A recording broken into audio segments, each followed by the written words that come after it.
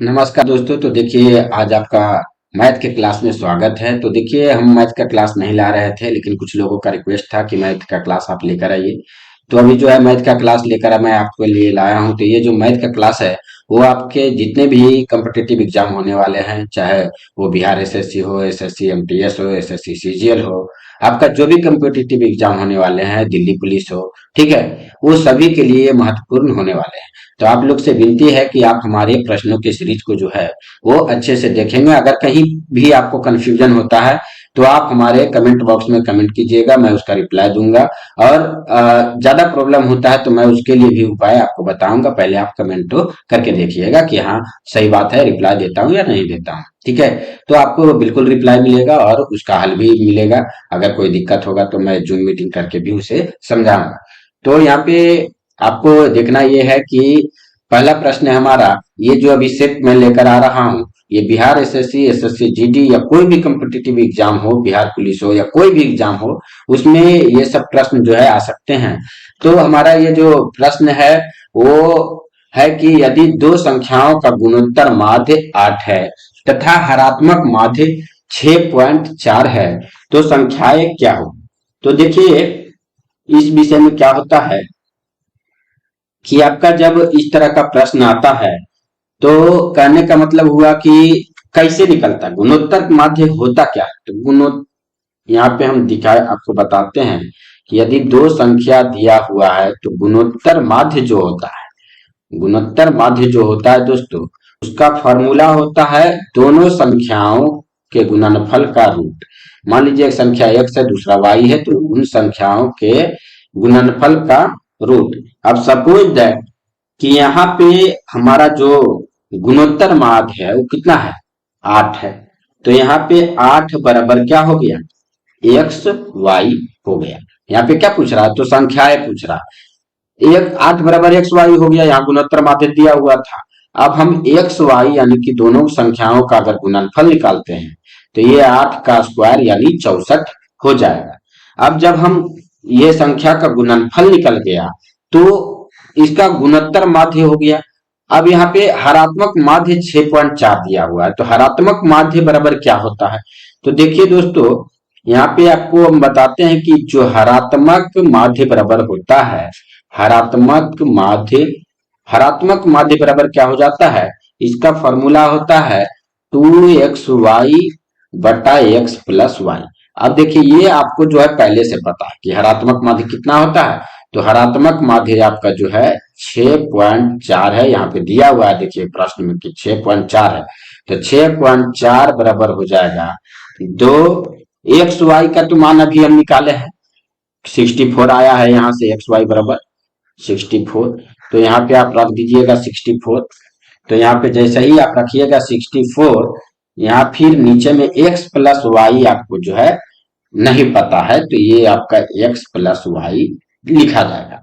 अब देखिए x plus Y बराबर क्या हो जाएगा, तो x प्लस वाई बराबर जो है दोस्तों वह हो जाएगा 2 गुने 64, ये जो है ये हो जाएगा और नीचे में हो जाएगा 6.4। अब देखिए अगर ये 64 रहता तो एक बार में कटता, एक दशमलव है तो ये 10 बार में कटेगा, तो ये 10 बार में कट गया। तो हमारा क्या आ गया यहाँ पे हमारा जो उत्तर आ गया है x प्लस वाई बराबर वो हमारा 20 आ गया है। कितना आ गया है, 20। अब आपको ये देखना है कि इस प्रश्न में आपको जो है 20 कहाँ कहाँ आपको दिख रहा है। देखिए अगर यहाँ से डायरेक्ट मिल जाता है तो फिर ज्यादा करने की जरूरत नहीं है, वो भी बताएंगे अगर ज्यादा करने की जरूरत पड़ेगा। ये तो नहीं होगा। यहाँ पे आप ये देखिए ये हो सकता है, आगे भी हो सकता है कि रहे, लेकिन देख लेते हैं ये भी नहीं होगा और ये भी नहीं। तो इस हिसाब से ये प्रश्न का उत्तर होने का संभावना है। लेकिन इसे अगर हम देखने का प्रयास करें तो कैसे देखेंगे, तो अभी आपको एक एक्स वाई बराबर मिला, क्या मिला, एक्स वाई बराबर आपको 64 आना चाहिए और आपको x प्लस वाई बराबर कितना आना चाहिए, आपको ये 20 आना चाहिए। इस ऑप्शन इसमें इस हिसाब से भी देख लीजिए कि कौन सा ऑप्शन सूखा रहा है। ऐसे तो ये एक ही चीज से कंफर्म हो गया, x प्लस वाई से ही कंफर्म हो गया कि बी होगा, लेकिन यहाँ देखिए कि क्या यह दोनों इक्वेशन को संतुष्ट कर रहा है। तो देखिए 16 चक 64 सही उत्तर है और यहाँ पे 16 4 20, ये सही है। देखिए अगर आप प्रैक्टिस करते हैं तो ये सब आपको करने की जरूरत नहीं है। आपको याद है कि गुणोत्तर माध्य बराबर क्या होता है। आपको रूट अंडर जो है दोनों संख्याओं का गुणनफल, तो डायरेक्ट आप कर देंगे कि दोनों संख्याओं का गुणनफल जो है आपका जो है निकालने के लिए क्या कीजिएगा, 8 का स्क्वायर कर दीजिएगा, 64 हो गया। आप जानते हैं कि दोनों संख्याओं का गुणनफल को दुगना करके जो है और बटा कर दिया जाता है एक्स प्लस वाई से, तो वो आपका जो हो गया हरात्मक माध्य हो गया। तो इस तरह संख्या को आसानी से निकाल सकते हैं, इतना लिखने का जरूरत नहीं है, कुछ भी नहीं है, ठीक है। लेकिन अगर हमसे बात की जैसे सपोज यहाँ पे एक पेज पर हम प्लस करते हैं, अगर मान लीजिए कि हमें पता है, क्या पता है, दो चीज पता है। एक तो गुणोत्तर माध्य आपका बता दिया कि ये 8 है, ठीक है, ये गुणोत्तर माध्य हो गया, ठीक है। आपका एक गुणोत्तर माध्य क्या हो गया, ये आपका यही होता है ना गुणोत्तर माध्य, ये 8 है, ठीक है। अभी दूसरा बता दिया आपका कि हरात्मक माध्य जो है वो भी आपको फार्मूला तो याद रखना पड़ेगा, ये दोनों फार्मूला याद रखना, वो भी आपको पता है कि ये कितना है 6.4 है। तो आपको देखिए इससे तो ये पता चल गया कि एक्स वाई बराबर 64 होगा। तो 64 होगा तो आपको ये सब लिखने का जरूरत कुछ भी नहीं है, सीधे क्या करना है, यहाँ 2 गुने 64 करना है, अब बटा 6.4 करना है, ऑटोमेटिक आप देखिएगा कि एक्स प्लस वाई आपको मिल गया। ये 10 हो गया, ये 20 आ गया। अब 20 जैसे ही आया आप ऑप्शन से देख लीजिएगा, ये ऑप्शन आप देखिए पिछला प्रश्न में कि ऑप्शन देखिए इस प्रश्न में क्या है, 2 8 है तो कभी 20 नहीं आएगा। तो इस तरह से ऑप्शन से आप देख के जो है आसानी से बना सकते हैं। अब चलिए हम अगले प्रश्न में चलते हैं। हमारा दूसरा प्रश्न है कि राम का वजन श्याम से 25 किग्रा अधिक है, यानी किलोग्राम। राम का वजन जो है श्याम के वजन से 25 किलोग्राम अधिक है। दोनों का सम्मिलित भार 325 किलोग्राम है, तो श्याम का भार क्या है। देखिए दोस्तों, जब भी ऐसा प्रश्न आए तो सबसे पहले आप एक बात का ध्यान रखिएगा कि देखिएगा कि किसका वजन अकेले दिया हुआ है। ये बात आपको ज्यादा जो है ध्यान में रखना कि किसका वजन जो है अकेले दिया हुआ है। तो यहाँ पे अकेले जो है राम का वजन दिया हुआ है। अब राम का वजन जब अकेले दिया हुआ है तो यहाँ मानना पड़ेगा कि जो अकेले नहीं है उसका एक्स मानिए। राम का वजन सॉरी, राम का वजन श्याम के वजन से 25 किग्रा अधिक है। यहाँ अकेले किसी का नहीं दिया, कह रहा राम का वजन श्याम से, अगर जिससे तुलना किया जा रहा है उसी को एक्स मानिएगा।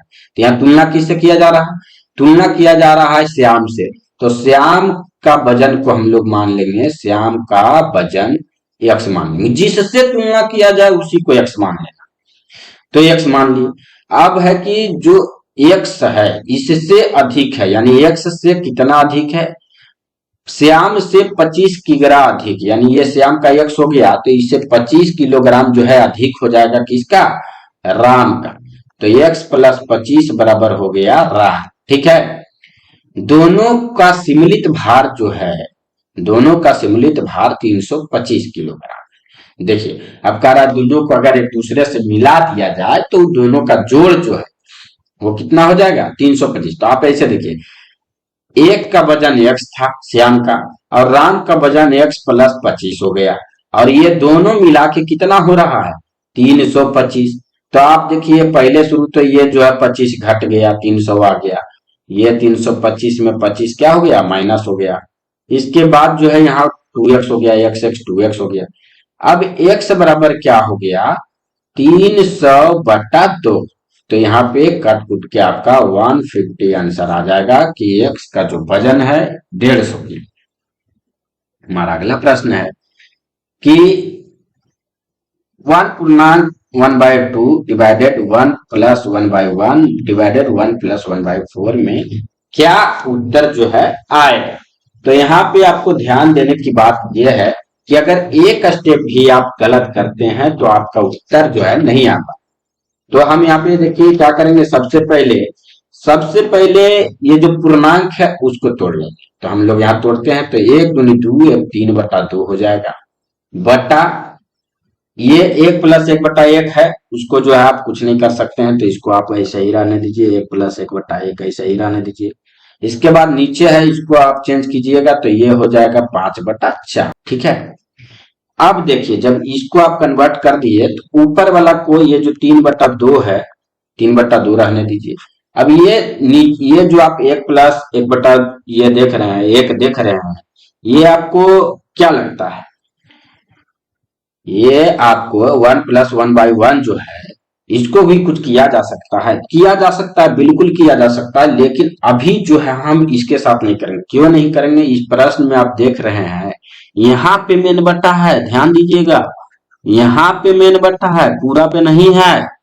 बहुत लोग यहाँ पे कंफ्यूज हो जाते हैं कि पूरा में बट्टा कर देते हैं तो आंसर डिफरेंट हो जाता है। नहीं, यहाँ पे मेन बट्टा है तो क्या करना है कि जब यहाँ पे मेन बट्टा है, यानी यहाँ पे मेन बट्टा है, तो ये जो 5/4 आया है, इसमें यानी एक प्लस ऐसे ही रहेगा, ये 4/5 हो जाएगा। कितना हो जाएगा? 4/5 हो जाएगा। अगर पूरा में रहता तो ये जो है पहले इसको कर लेते, क्या एक एक दो हो जाता, 2/1 हो जाता, लेकिन ऐसा देने का कोई मतलब नहीं रहता। तो आप क्या करेंगे, अब इसको जो है इस प्रोसेस से इसमें आया, अब इसमें क्या करेंगे, ये 3/2 हो गया। अब इसको देखिए एलसीएम लेंगे, तो ये एलसीएम क्या हो जाएगा? 5 हो जाएगा। इसके नीचे कुछ नहीं है तो 1 है। अब ये 5 हो जाएगा ऊपर वाला, एक से इसमें भागा दिए तो 5 आया, 5 से गुना किए तो 5 आया। अब यहाँ पे 5 से भागा दिए तो 1 आया, 1 गुने 4 किए तो 4 आया। तो यहाँ पे हो गया 3/2 गुने ये 5 ऊपर चल जाएगा, और ये 5 4 9 नीचे आ जाएगा। तो यहाँ क्या हो जाएगा? ये 3 3 9। तो इस हिसाब से आंसर जो है वो 5/6 यहाँ पर आ जाएगा। तो ये आप ध्यान दीजिए। तो यहाँ पे आंसर क्या हो गया? तो 5/6 आपका यहाँ पे उत्तर। अगर आपको कोई दिक्कत है तो आप हमको जो है कमेंट बॉक्स में कमेंट करके पूछ सकते हैं। तो ये ऑप्शन के हिसाब से सी नंबर ऑप्शन सही हो गया। हमारा अगला प्रश्न है कि संख्या 27 63 72 इसका लघुत्तम क्या होता है? तो देखिए, लघुत्तम तो बहुत लोग जो है आसानी से निकालना जानते हैं, लेकिन अगर फिर भी आप नहीं जानते हैं तो देखिए, 27 को हम लोग जो है तोड़ेंगे। 27 को तोड़ेंगे तो ये 3 से लग रहा है, 3 9 27, तो ये 3 3 9। तो ये हो जाएगा 27 बराबर 3 पर पावर 3। अब दूसरा देखते हैं 63, तो 63 को अगर हम तोड़ते हैं तो यहाँ हो जाएगा 3 21, ये 3 7। तो यहाँ 63 बराबर जो हो जाएगा वो हो जाएगा 3 पर पावर 2 और 7। अब देखिए तीसरा में देखते हैं 72, तो ये 72 का क्या हो जाएगा? ये 2 36, 2 18 और 2 9, और यहाँ फिर हो जाएगा आपका 3 तिया 9। तो कहने का मतलब यहाँ पे आपका हो गया 72 बराबर जो है हो गया ये 2 पर पावर 3 और गुने 3 पर पावर 2। ठीक है।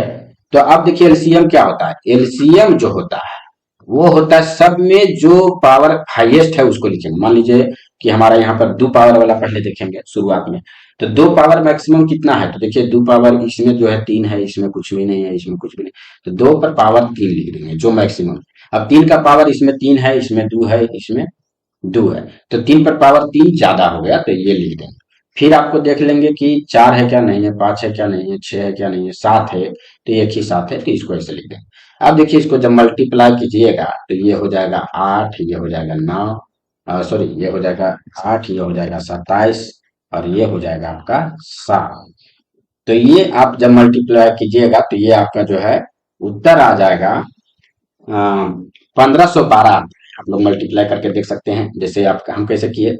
इसको सबसे पहले आप क्या करिए, इसको मल्टीप्लाई कर दिया, 27 सत्ते क्या होता है? तो 289 होता है। फिर जो है 289 को 8 से मल्टीप्लाई करना आसान है। ठीक है, 289 नहीं, सॉरी 189 होता है। 27 सत्ते क्या होता है? 189। 189 को 8 से मल्टीप्लाई करेंगे तो 1512 आ जाएगा। आप मल्टीप्लाई कर सकते हैं। ये देखिए कुछ ऐसे प्रश्न होते हैं जो आपको फंसाएंगे, लेकिन आपको उसमें फंसना नहीं है, और जो है आपको उसको स्किप करके चलना है। कुछ क्वेश्चन छोड़ने के लिए ही जो है दिया जाता है, ताकि आप जो है छोड़ के आगे बढ़िए। अगर उसमें उलझ के रहिएगा तो बहुत दिक्कत हो जाएगा। तो जो आसानी से बन रहा है पहले उसको बनाते चलिएगा। हमारा अगला प्रश्न है कि 4 घंटियां 3 8 12 15 मिनट के अंतराल पर बजती है, वे एक साथ बजने लगी, यानी पहली बार शुरू में एक साथ बजा, तो फिर कितने समय बाद एक साथ बजेगी? अब देखिए, जब भी ऐसा प्रश्न रहे तो उसमें एलसीएम हम लोग निकालें। क्या करेंगे? एलसीएम निकालें। अब यहाँ 4 घंटियां हैं, तो 3 8 12 और 15 का हम लोग क्या कर देंगे? एलसीएम निकालेंगे। चाहे आप किसी भी विधि से निकालिए, लेकिन एलसीएम निकालिए। तो यहाँ हो जाएगा ऐसा आपका,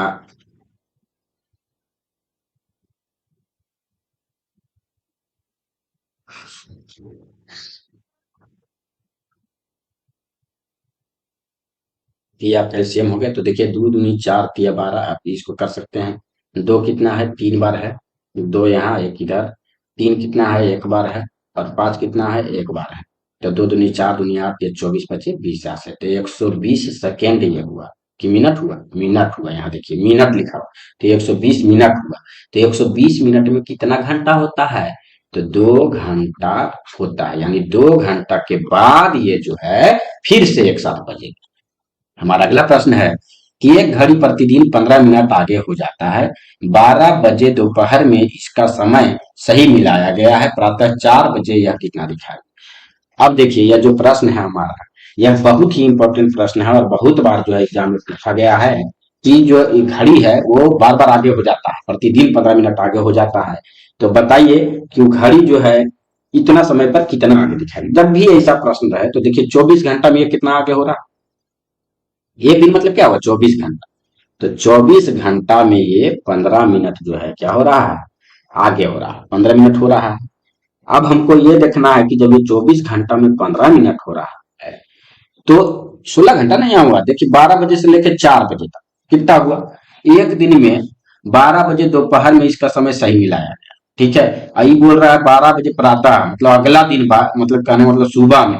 तो 12 घंटा तो ऐसे हो गया, 12 बजे तक रात तक, और 4 घंटा और, यानी 16 घंटा। तो 16 घंटा में कितना चेंजेज आएगा, तो देखिए पहले इसको जो है 1 घंटा में निकालेंगे तो 15/24 हो जाएगा। और फिर आपको 16 घंटा का निकालना है। तो ऐसे हो जाएगा, तो ये हो जाएगा 8 दूनी 16 और 8 तिया 24 और 3 बचे 15। तो ये 10 मिनट क्या हो जाएगा, आगे हो जाएगा। तो यहाँ पे आपको जो आंसर हो जाएगा, यानी 4 बजे जो समय दिखाएगा 4:10 दिखाएगा। 4 बजे 10 मिनट आगे हो गया ना, तो 4:10 यानी सी नंबर ऑप्शन सही उत्तर हो जाएगा। हमारा अगला प्रश्न है, एक बैग में 25 पैसे, 10 पैसे तथा 5 पैसे के सिक्के 1:2:3 में हैं। यदि इनमें कुल 30 रुपये हैं तो 5 पैसे के सिक्कों की संख्या क्या होगी।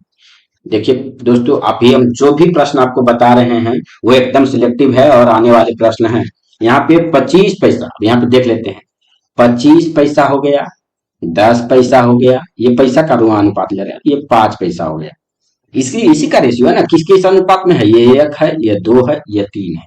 सपोज दैट कि 1 है, 2 है, ये 3 है। तो पैसा हम काउंट कर लेते हैं कि कितना हुआ, ये 25 पैसा हो गया, ये आपका 20 पैसा हो गया, और ये आपका 5 पैसा है। तो 5 तिया 15 पैसा हो गया। टोटल कितना पैसा हुआ, तो ये टोटल जो है आपको 25 और 15 40 और 20 कितना हो गया, आपको जो है 60 पैसा। ठीक है, ये आपको कितना हो गया, 60 पैसा। तो 60 पैसा ये हो गया। 60 पैसा कहने का मतलब ये जोड़ के आपका कितना है, 60 है। तो 60 पैसा बराबर आपको दिया हुआ है कितना, 30 रुपया। 60 पैसा बराबर, इसको ऊपर लिखते हैं। 60 पैसा बराबर आपको कितना दिया हुआ है, 60 पैसा बराबर सर आपको, 60 पैसा बराबर 30 रुपया दिया हुआ है। 60 पैसा दूसरा पेज में ले लेते हैं। 60 पैसा बराबर आपको जो है 60 पैसा बराबर 30 रुपया दिया। ठीक है,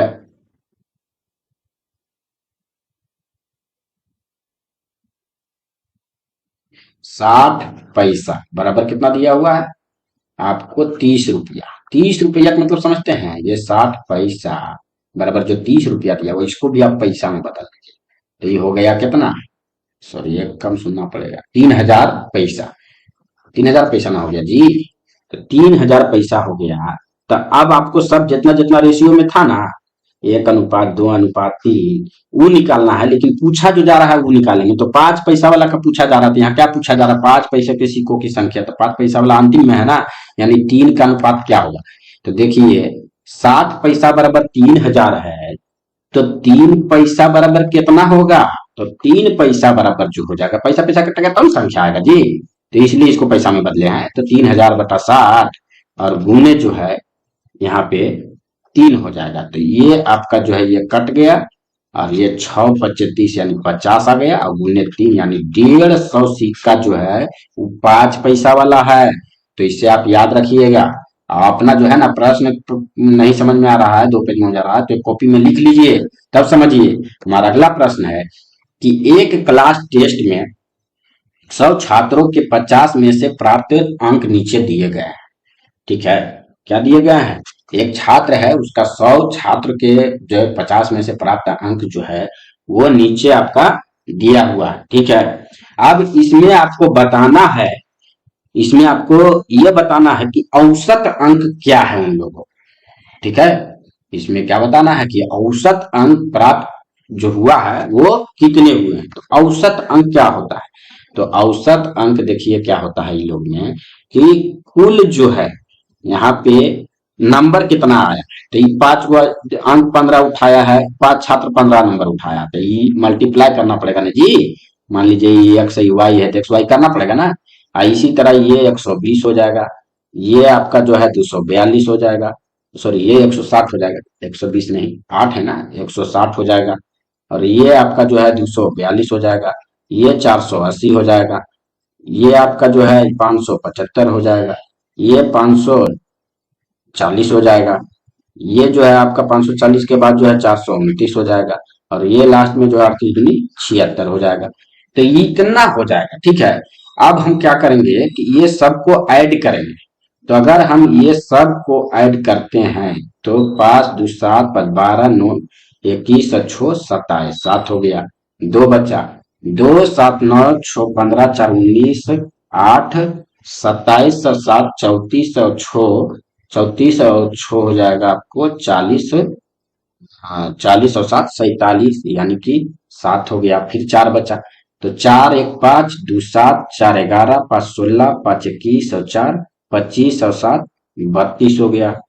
लगता है एक पाँच ज्यादा जोड़ा गया, इतना ज्यादा नहीं होना चाहिए। फिर से देख लेते हैं, 4 बचा था, 4 बचा, 4 1 5, 5 2 7, 7 5 12, 12 5 17, 17 और 4 21 और 4 25, पैसा वाला, 4 पैसा वाला 2577 रुपया। इतना मतलब 2577 हो गया अंकों की संख्या, कुल अंक 2577 आया।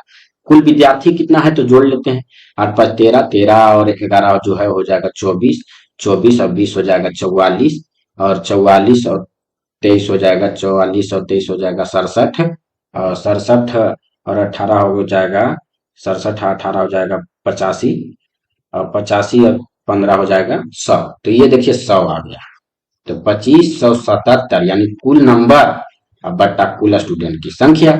क्या होता है औसत? क्या होता है औसत? ही निकालना है ना, औसत निकालना है। तो औसत बराबर होता है कुल प्राप्तांक।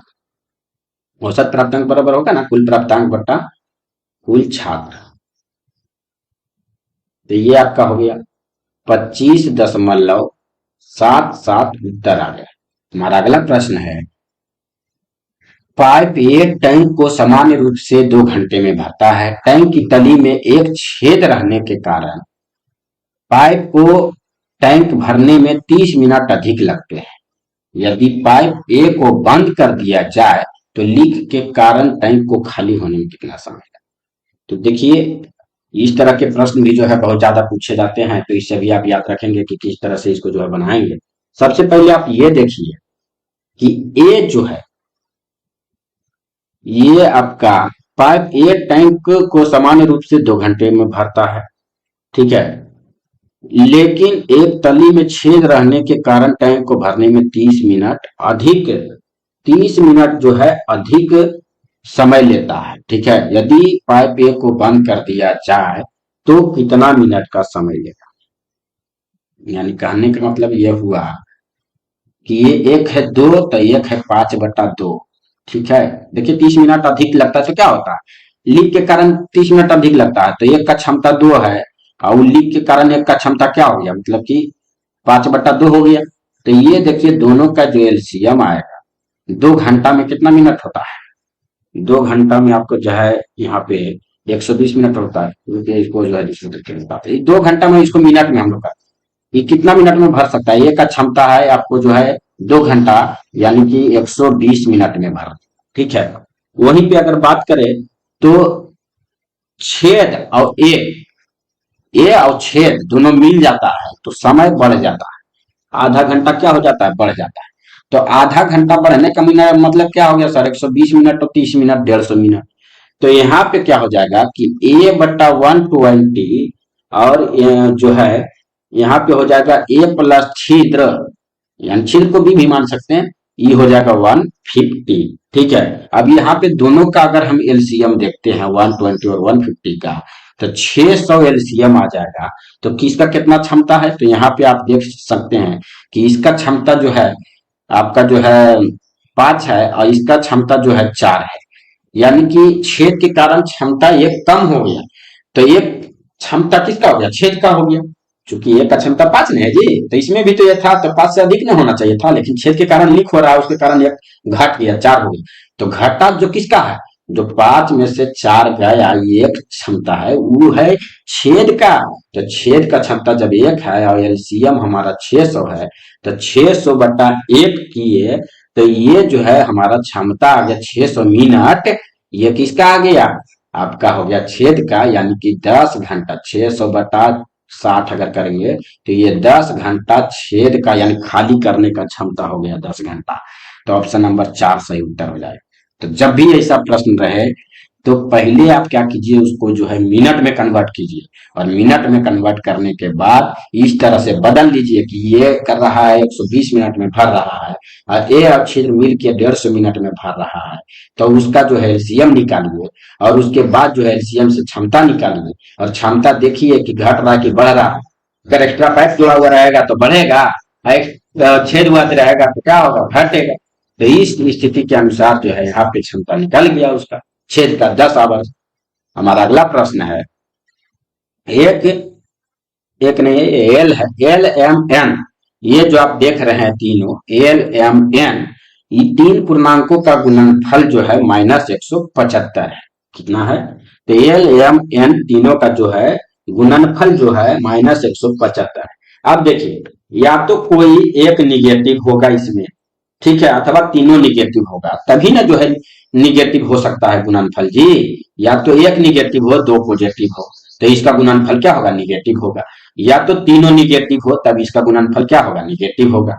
तो इस बात को हमको समझना पड़ेगा। अब जो है विकल्प ए बी सी संभव नहीं है। क्यों ए बी सी संभव नहीं, इसलिए है क्योंकि विकल्प डी में कोई कोई एक अथवा तीनों निगेटिव रखने पर गुणनफल ऋणात्मक आएगा। क्यों, क्योंकि यहाँ पे जो है डी में अगर रखते हैं, यानी कि मान लीजिए कोई एक रखे, -L रखे, तो ये भी माइनस हो गया, ठीक है, पूरा माइनस हो गया। अगर तीनों को भी माइनस रख दिए तो माइनस माइनस प्लस, ये माइनस हो गया। करके बताते हैं, जैसे इसमें सपोज देख एल माइनस एम है, अगर इसमें हम निगेटिव रखते हैं तो ये निगेटिव है, तो आपका ये घट बढ़ के जो है ये इसमें तो आ ही नहीं सकता है, मल्टीप्लाई के फॉर्म में और डिवाइड के फॉर्म में ही आ सकता है। इसमें तीनों निगेटिव रहेगा तो कहां से निगेटिव आएगा, तीनों निगेटिव रहेगा तो कहां से निगेटिव आएगा। यहाँ पे देखिए एल एम प्लस में है, तो अगर यहाँ पे तीनों निगेटिव रखेंगे तो प्लस में रहेगा ही नहीं। यहाँ पे अगर करते हैं इस ये को तीनों को करते हैं तो ये कट जाएगा, ये दोनों मिल के हो सकता है निगेटिव ही आ जाए, ये निगेटिव ऑलरेडी है तो पॉजिटिव हो जाएगा। और नहीं तो ये को करते हैं निगेटिव, तो जरूरी थोड़े है कि निगेटिव वाला ही बड़ा रहेगा, हो सकता है पॉजिटिव वाला बड़ा रहे, तो उस स्थिति में भी नहीं आएगा। लेकिन इस स्थिति में हर हाल में संभव है। तो ऑप्शन के हिसाब से अगर देखेंगे यहाँ पे, तो एल एम एन, यहाँ पे अगर एक को रखते हैं, किसी एक को भी रखते हैं, तो एक मान लीजिए एल या एम को रखे, तो ऐसा हो गया, आयन हो गया, तो निगेटिव ही आएगा। और दूसरा अगर तीनों को ले लिए, ऐसा ले लिए, तीनों को ले लिए, तो ये भी अगर मल्टीप्लाई हुआ तो पॉजिटिव हो गया, बटा निगेटिव है तो निगेटिव हो गया। तो इसे आप समझना पड़ेगा आपको, ठीक है। हमारा अगला प्रश्न है, यदि दो श्रेणियां 3 + 10 + 17 इस तरह का है एक श्रेणी, और दूसरा है 63 + 65 + 67 की एनवी टर्म जो है वो बराबर है, दो श्रेणी है, उसका जो एनवा टर्म है वो किसी ना किसी रूप में क्या हो जाती है, बराबर हो जाती है। तो बताइए कि एन का मान क्या है, ठीक है। अब देखिए, जो पहला वाला में आप देख रहे हैं, ठीक है, प्रश्न से ही हम बात करते हैं। तो पहला वाला में आप क्या देख रहे हैं, यहाँ पे 3 हो गया, प्लस में एन नहीं मालूम है तो n-1 इंटू डी करते हैं, 3 7 10, यहाँ से डी क्या हो जाएगा, डी हो जाएगा 7, ए हो जाएगा 3, डी करते हैं तो डी कितना है आपका, डी यहाँ पे जो है 7 हो गया, यहाँ पे डी तो बता ही दिए, डी 7 हो गया। तो ये जो है यहाँ से अगर एन निकालते हैं, इस प्रश्न से अगर एन निकालते हैं, तो ये हो जाएगा आप 7, यहाँ आप देख रहे हैं तो इसमें क्या हो जाएगा, दूसरा वाला प्रश्न इसके हिसाब से अगर देखते हैं तो ये इसमें ये क्या है 63 है, और इसमें आपका जो है क्या है n-1, तो आपको इसमें भी n-1 दोनों में टर्म बराबर है ना जी, और डी कितना है तो डी आप देख सकते हैं 63 2 65 यानी कि 2 है, तो यहाँ पे आपको मल्टीप्लाई जो है 2 से करना, ठीक है, तो यहाँ 2 हो गया। अब यहाँ पे ये जो 3 + n-1 फिर से लिख दे रहे हैं क्योंकि वहां कट रहा लास्ट में, यहाँ जो 63 + n-1 डी है, क्योंकि दोनों का बोल रहा है कि लास्ट टर्म जो है एनवा टर्म समान है। तो अब इसमें अगर बात करते हैं तो ये देखिए क्या हो जाएगा, इस प्रश्न में अगर बात करते हैं तो 3 + 7n-7 हो जाएगा, ठीक है, और इस प्रश्न में अगर बात करते हैं तो 63 + 2n-2 हो जाएगा। अब देखिए यहाँ पे जो है 7n-4 हो जाएगा, -7 + 3 होगा तो -4 हो जाएगा। अब यहाँ पे अगर बात करते हैं तो 61 + 2n हो जाएगा।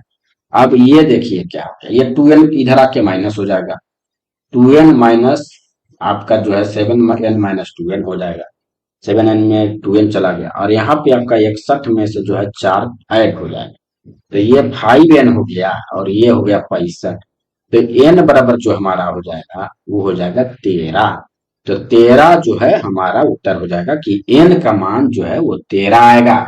तो अगर किसी को नहीं समझ में आया है तो आप वीडियो को रोक के देख सकते हैं, फिर भी नहीं समझ में आया है तो आप पहले फार्मूला याद कर लीजिए कि एनवा टर्म का जो मान होता है, एनवा टर्म जिसको टीएन टर्म भी कहते हैं या टीएन टर्म, उसका फार्मूला ही होता है a + n-1 × d। तो कोई कोई कह सकता है कि n-1 कहाँ से आया, कोई कह सकता है 3 कहाँ से आया, तो 3 जो है दिया हुआ है कि a बराबर 3, पहला टर्म को 3 कहते हैं, ठीक है, मतलब पहला टर्म को ये कहते हैं, और 10 में से 3 गया 7, ये डी हो गया जो यहाँ लिखे हैं। उसी तरह दूसरे प्रश्न के लिए भी है, ये ए हो गया 63, और 65 में 63 गया तो 2, ये हो गया डी, n-1 सूत्र में ही होता है।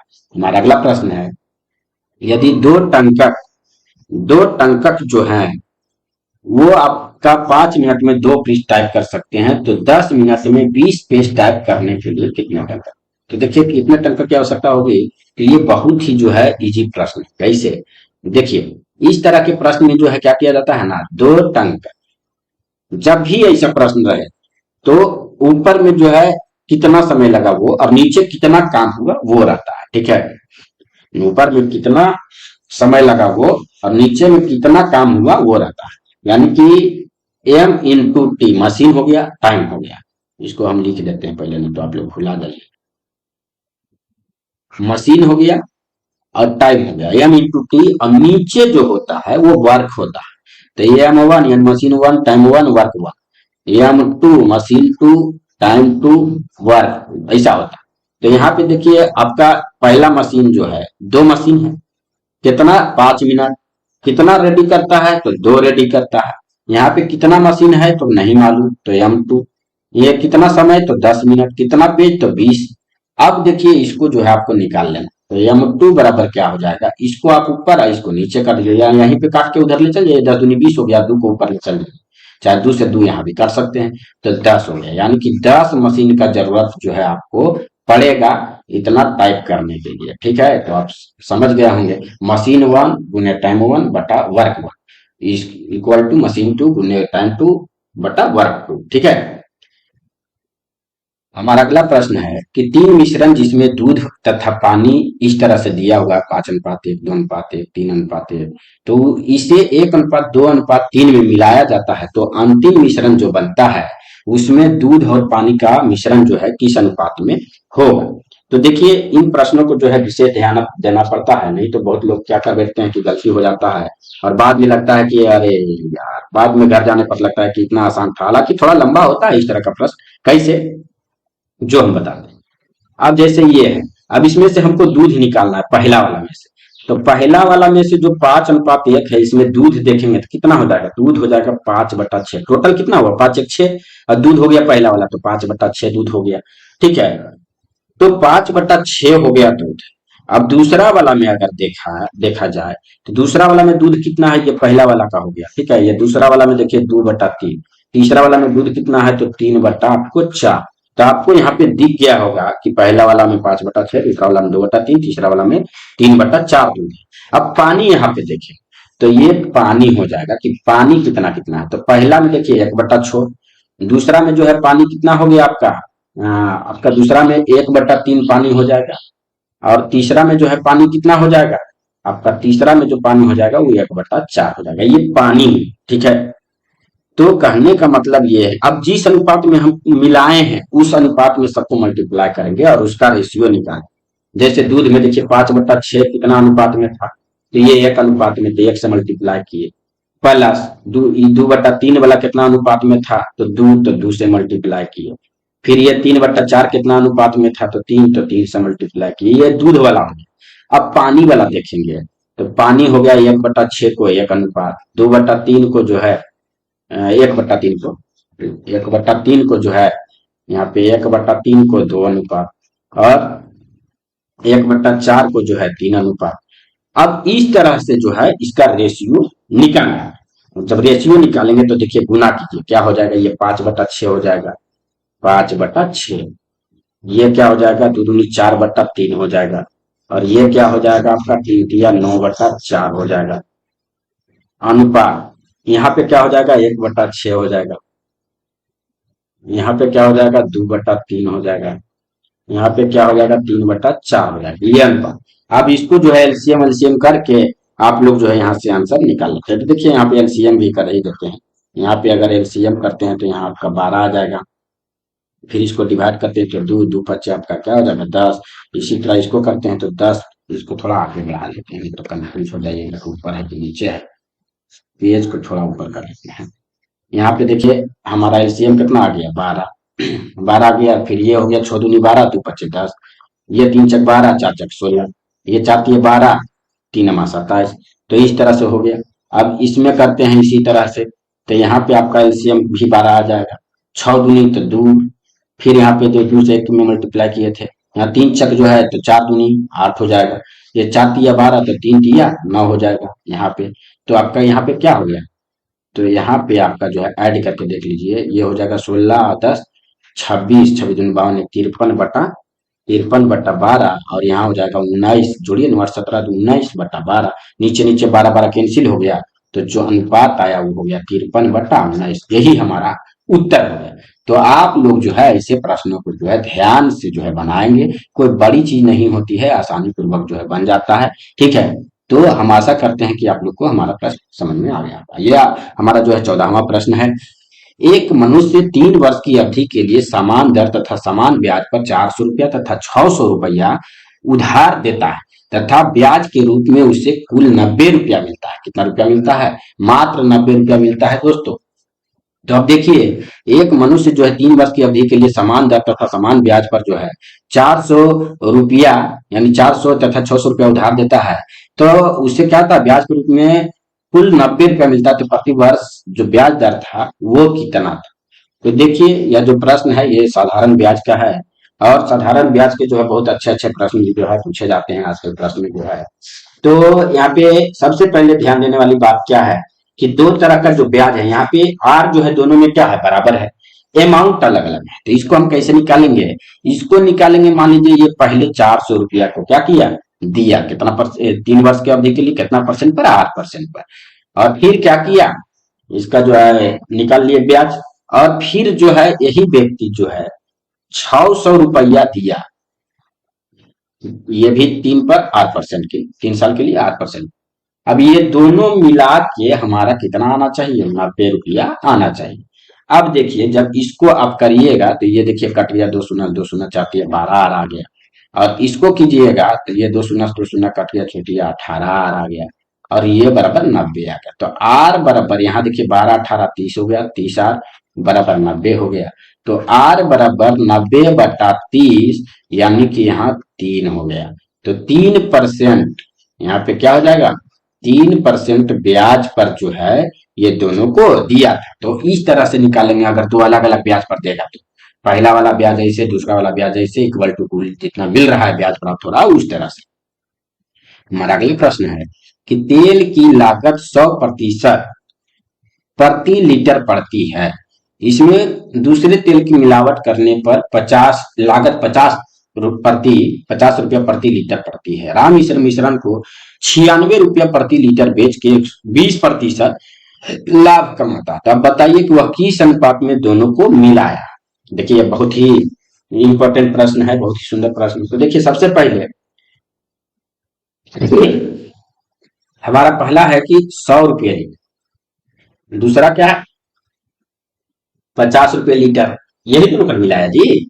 इन दोनों को मिलाया तो लाभ हो रहा है 20%, यानी 96 रुपये जो बेच रहा है ना वो 120% हुआ। 120% बराबर 96, तो 100% बराबर निकालेंगे तो हो जाएगा 96/120 गुने 100, तो ये हो जाएगा 12/96, 12 से 10 जीरो से जीरो कटा तो 80 रुपया आ गया।